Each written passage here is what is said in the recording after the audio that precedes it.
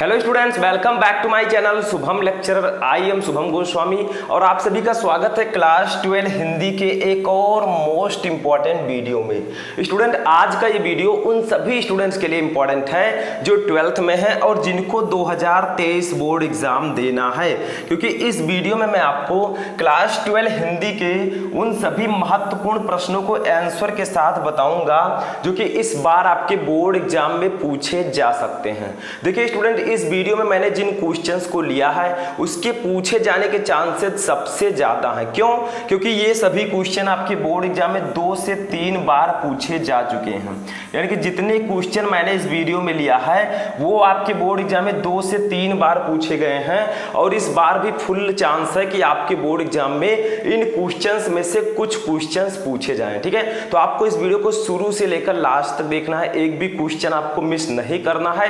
जो कुछ भी मैं आपको पढ़ाता हूं उसको कॉपी पेन लेकर बैठना और उसको नोट करते हुए चलना है। ठीक है, तो सभी क्वेश्चन मैं आपको बताऊंगा। ये वीडियो क्यों इंटरेस्टिंग है, देखिए इस वीडियो में मैं आपको क्लास 12 हिंदी व्याकरण के 6 टॉपिक्स को एक ही वीडियो में पढ़ाऊंगा। ठीक है, ऐसे वीडियोस मैं आपको पहले भी प्रोवाइड करवा चुका हूं, उनको अगर आपने नहीं देखा है तो जाकर देख लीजिए। जितना ज्यादा क्वेश्चन आप सॉल्व करेंगे उतनी अच्छी तैयारी आपकी होगी और आप हिंदी में 95% प्लस लेकर आएंगे, क्योंकि हिंदी एक स्कोरिंग सब्जेक्ट होता है। ठीक है, तो चलिए टाइम ना वेस्ट करते हुए वीडियो को स्टार्ट करते हैं। आप लोग वीडियो को लाइक कर दीजिएगा, चैनल पर नए चैनल को सब्सक्राइब कर लीजिएगा। ठीक है, तो देखिए सबसे पहला टॉपिक हम देखेंगे जो कि हमारे हिंदी व्याकरण का है, वो है मुहावरे और लोकोक्तियां। ठीक है, अब इसमें होता क्या है सभी को पता है। मुहावरे और लोकोक्तियों में क्या होगा, आपको क्वेश्चन दिया रहेगा, ठीक है, उसका अर्थ लिखकर वाक्य प्रयोग करना है। ऊपर हेडिंग में लिखा रहेगा निम्नलिखित मुहावरे और लोकोक्तियों को का अर्थ लिखते हुए उनका वाक्य प्रयोग कीजिए। ठीक है, जैसे देखिए फर्स्ट हमारा है अक्ल चरने जाना। ठीक है, ये आपका क्वेश्चन इतना ऐसे दिया रहेगा।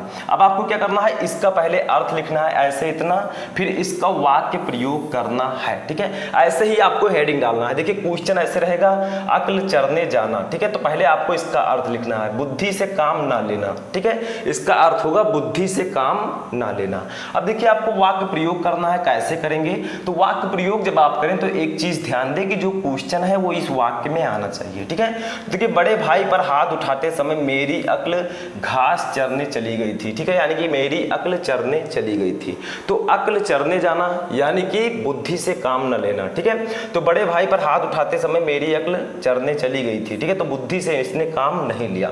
अब कोई जरूरी नहीं है कि आप इसी वाक्य को लिखें, आप कोई दूसरा वाक्य भी लिख सकते हैं। ठीक है, जैसे यहाँ पर हमने भाई कर दिया है, आप पिताजी कर दें या कुछ और कर दें, उससे कोई फर्क नहीं पड़ेगा, बस ये क्वेश्चन इसमें आना चाहिए। ठीक है, ऐसे दूसरा देखिए हमारा है कूप मंडूक होना। इसका अर्थ क्या होगा, देखिए इसका अर्थ होगा अल्पज्ञ होना। अल्पज्ञ का मतलब जिसको अल्प ज्ञान हो, जिसको ज्ञान कम हो। ठीक है, जिसको ज्यादा जानकारी ना हो उसे हम अल्पज्ञ बोलते हैं। हम इसका वाक्य प्रयोग कैसे करेंगे, देखिए तुम्हारा मित्र कूप मंडूक है, वह अपने घर के अलावा कुछ नहीं जानता। यानी कि जो तुम्हारा फ्रेंड है वो कूप मंडूक है, यानी कि अल्पज्ञ है, वो अपने घर के अलावा कुछ न जानता है न किसी को पहचानता है। ठीक है, तो वो होगा कूप मंडूक होना। तो देखिए ये वाला कूप मंडूक जो है इसमें आ चुका है। ठीक है, तो ये आपका वाक्य प्रयोग हो जाएगा।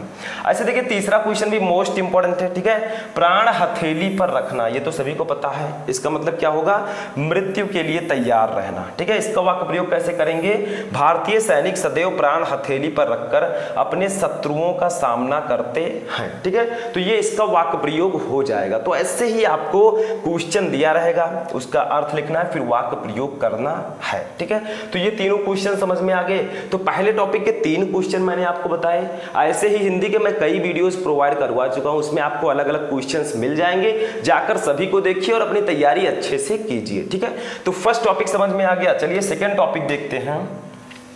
अब देखिए स्टूडेंट, जो हमारा सेकेंड टॉपिक है वो है संधि विच्छेद। अब इसमें तो आपको पता ही है आपको करना क्या है। देखिए ऐसे क्वेश्चन दिया रहेगा संधि विच्छेद में, जैसे फर्स्ट है रमेशा का संधि विच्छेद है, यानी कि रमेशा का सही संधि विच्छेद आपको बताना है। ठीक है, आपके पास 4 ऑप्शन रहेंगे, देखिए एक का खा गा घा करके। ठीक है, तो आपको सही ऑप्शन यहाँ पर चूज करके लिखना होगा जो इसका सही संधि विच्छेद है। ठीक है, इतना ही आप कर देंगे, आपको 1 नंबर एक क्वेश्चन के लिए मिल जाएगा। ठीक है, तो रमेशा का सही संधि विच्छेद क्या है? का है अस्म धन ऐसा, खा है रम धन ईसा, गा है रमा धन साह और घा है रमा धन ईसा। तो देखिए रमेशा का सही संधि विच्छेद होगा ऑप्शन नंबर घा, रमा धन ईसा। ठीक है, तो ये आपका राइट आंसर होगा। ऐसे ही जो सही आंसर है उसको आपको चूज करके अपनी कॉपी में लिखना होगा। ठीक है, बोर्ड एग्जाम में। ऐसे सेकंड देखिए जयति का संधि विच्छेद है। जयति का सही संधि विच्छेद क्या है? का है जा धन यति, खा है जो धन अति, गा है जे धन अति और घा है जय धन ती। तो इसका राइट आंसर होगा ऑप्शन नंबर गा। ठीक है, जे धन अति। तो ऐसे ही जो सही आंसर है उसको आपको चूज करके लिखना है। कुछ रूल्स हैं वो भी आपको याद रखने हैं, जैसे छोटा आ और छोटा आ मिलकर क्या बनाते हैं? बड़ा आ का निर्माण करते हैं। ठीक है, बड़ा आ और बड़ा मिलकर बड़ा आ का निर्माण करते हैं। ठीक है, तो यहाँ पर भी ऐसे ही है। ठीक है, यहाँ पर ए और आ मिलकर क्या बना लेंगे? ठीक है, ई। तो ऐसे ही आपको करना है। ठीक है, समझ में आ रहा है? चलिए नेक्स्ट क्वेश्चन देखते हैं, इसको मैं मिटा देता हूं। नेक्स्ट क्वेश्चन हमारा है तीसरा। देखिए ये तीसरा राम अवतारा का संधि विच्छेद है। राम अवतारा का सही संधि विच्छेद क्या होगा? का है रामाधन वंतारा, खा है रामाधन वतारा, गा है राम धन अवतारा, घा है रम धन वतारा। ठीक है, तो इसका राइट आंसर होगा, देखिए यहाँ पर एक रा नहीं रहेगा। ठीक है, और यही आपका राइट आंसर हो जाएगा, राम धन अवतारा। ठीक है, थोड़ा सा गलत प्रिंटिंग हो गया था, तो देखिए यहाँ पर राम धन अवतारा होगा। ठीक है, तो ये आपका राइट आंसर होगा ऑप्शन नंबर गा। तो ऐसे ही आपको संधि विच्छेद में चूज करके सही वाला संधि विच्छेद लिखना है जो आपका सही है। ठीक है, तो आपको पूरे नंबर दे दिए जाएंगे। तो ज्यादा से ज्यादा आप क्वेश्चन सॉल्व कीजिए, उससे आपका संधि विच्छेद आसानी से क्लियर हो जाएगा। ठीक है, तो ये भी समझ में आ गया। चलिए नेक्स्ट टॉपिक देखते हैं। अब देखिए स्टूडेंट, जो हमारा नेक्स्ट टॉपिक है वो है शब्द युग्म। शब्द युग्म का मतलब क्या होता है? नाम से ही स्पष्ट है। और शब्द युग्म के बारे में मैं आपको पहले भी बता चुका हूं। दो शब्दों का जोड़ा, ठीक है, उसका आपको सही अर्थ चूज करना। जैसे देखिए फर्स्ट है अंश अंशु। ठीक है, तो इसका सही अर्थ क्या होगा?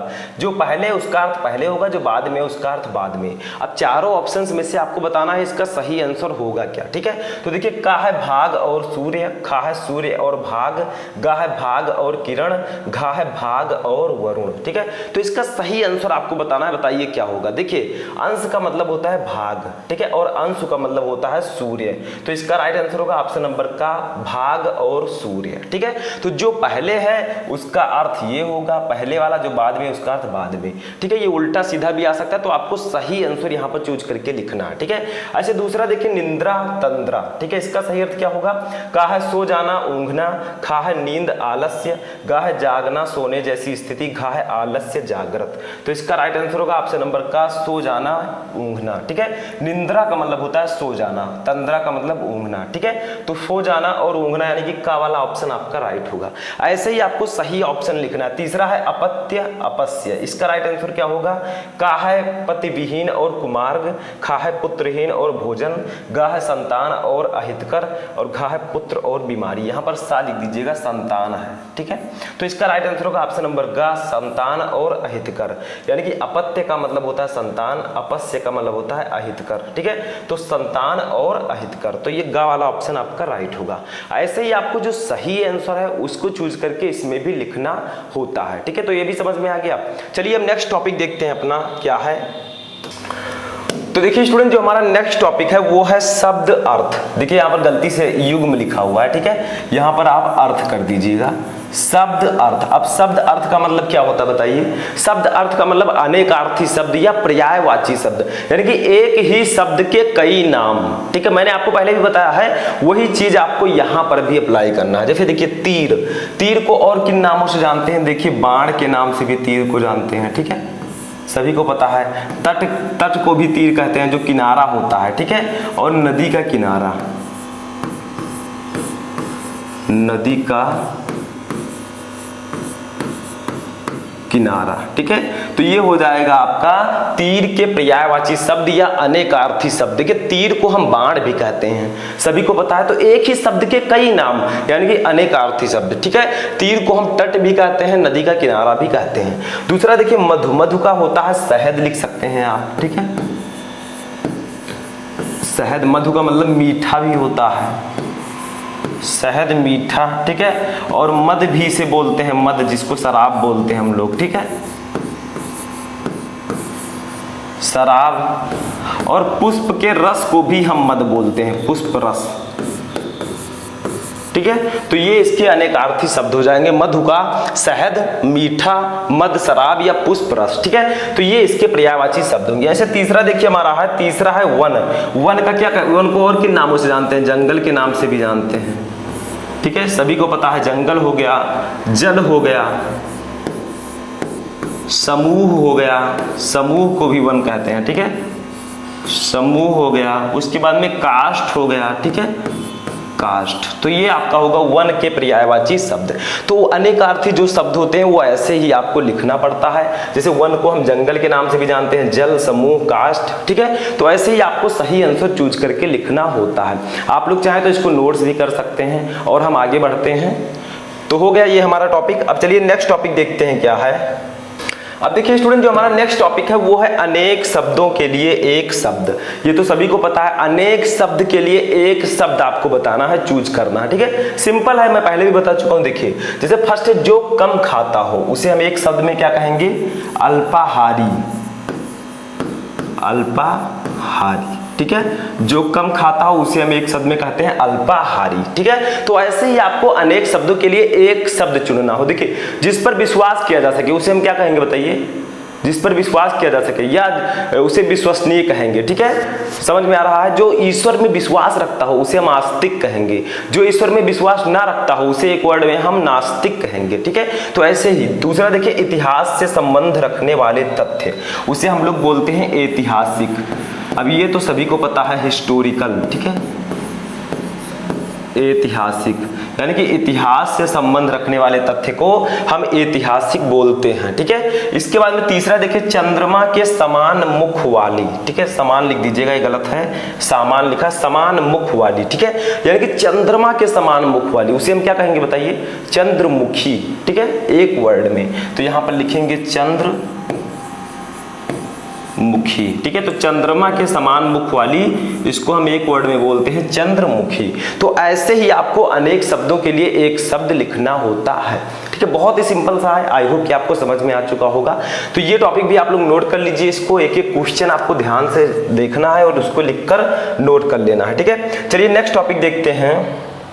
अब देखिए स्टूडेंट, जो हमारा नेक्स्ट यानी कि लास्ट टॉपिक है, ये हमारा छठवां टॉपिक है, वाक्य संशोधन। ठीक है, वाक्य संशोधन में क्या होता है मैंने आपको बताया है, वाक्य जो दिया रहता है उसमें थोड़ी बहुत गलतियां होती हैं। ठीक है, उसी को आपको सही करके लिखना है, नंबर आपको पूरा दिया जाएगा। ठीक है, लेकिन क्या गलती है वो तो आपको पता होना चाहिए। फिर देखिए, मुझे एक ठंडा गिलास पानी लाओ, मुझे एक ठंडा गिलास पानी लाओ, इसको बोल कर देखिए, इसको थोड़ा सा शुद्ध करने का प्रयास कीजिए। देखिए इस प्रकार से लिखेंगे, मुझे एक गिलास ठंडा पानी लाओ, क्योंकि जो ठंडा है वो किसकी विशेषता है? गिलास की विशेषता नहीं है, वो पानी की विशेषता है। ठीक है, पानी ठंडा है तो यहाँ पर पानी के साथ ठंडा होना चाहिए। ठीक है, तो मुझे एक गिलास ठंडा पानी लाओ, ऐसा नहीं कि मुझे एक ठंडा गिलास पानी लाओ। ठीक है, तो इसमें गलती यही है, तो हम लिख देंगे मुझे एक गिलास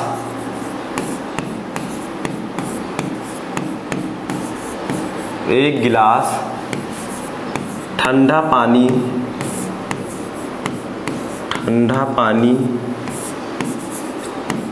चाहिए। ठीक है, मुझे एक गिलास ठंडा पानी चाहिए। ठीक है, तो मुझे एक ठंडा गिलास पानी चाहिए, इसका हो जाएगा मुझे एक गिलास ठंडा पानी चाहिए। तो ये वाला गलत होगा, ये वाला सही होगा। ऐसे देखिए दूसरा हमारा क्या है, हमारी शिक्षिका विद्वान है। तो हमारी शिक्षिका विद्वान है, देखिए शिक्षिका यानी कि फीमेल है वो, तो फीमेल के लिए हम विद्वान की जगह पर विदुषी यूज करते हैं। ठीक है, मेल के लिए हम विद्वान यूज करते हैं। ठीक है, तो यहां पर यही गलती है, तो लिखेंगे हमारी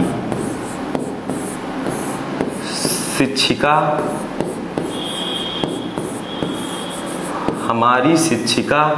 विदुषी हैं, ठीक है, तो हमारी शिक्षिका विदुषी हैं। अब ये आपका सही होगा। ठीक है, तो स्त्रीलिंग अगर है, फीमेल है, तो उसके लिए हम विदुषी यूज करेंगे, ये आपको याद रखना। ठीक है, तीसरा देखिए, राम और श्याम बातचीत कर रहा है। इसमें देखिए दो लोग हैं, राम और श्याम, तो राम और श्याम बातचीत कर रहा है, बोल कर देखिए थोड़ा सा अजीब लगेगा आपको, तो राम और श्याम बातचीत कर रहे हैं। ठीक है, क्योंकि दो लोग हैं तो रहा है की जगह पर रहे हैं कर देंगे, तो छोटी सी गलती है, देखिए इसके लिए आपके नंबर कट जाते हैं। तो आपको आपको ये सभी चीजें ध्यान रखना, ठीक है। तो यहाँ पर लिखेंगे राम और श्याम, राम और श्याम बातचीत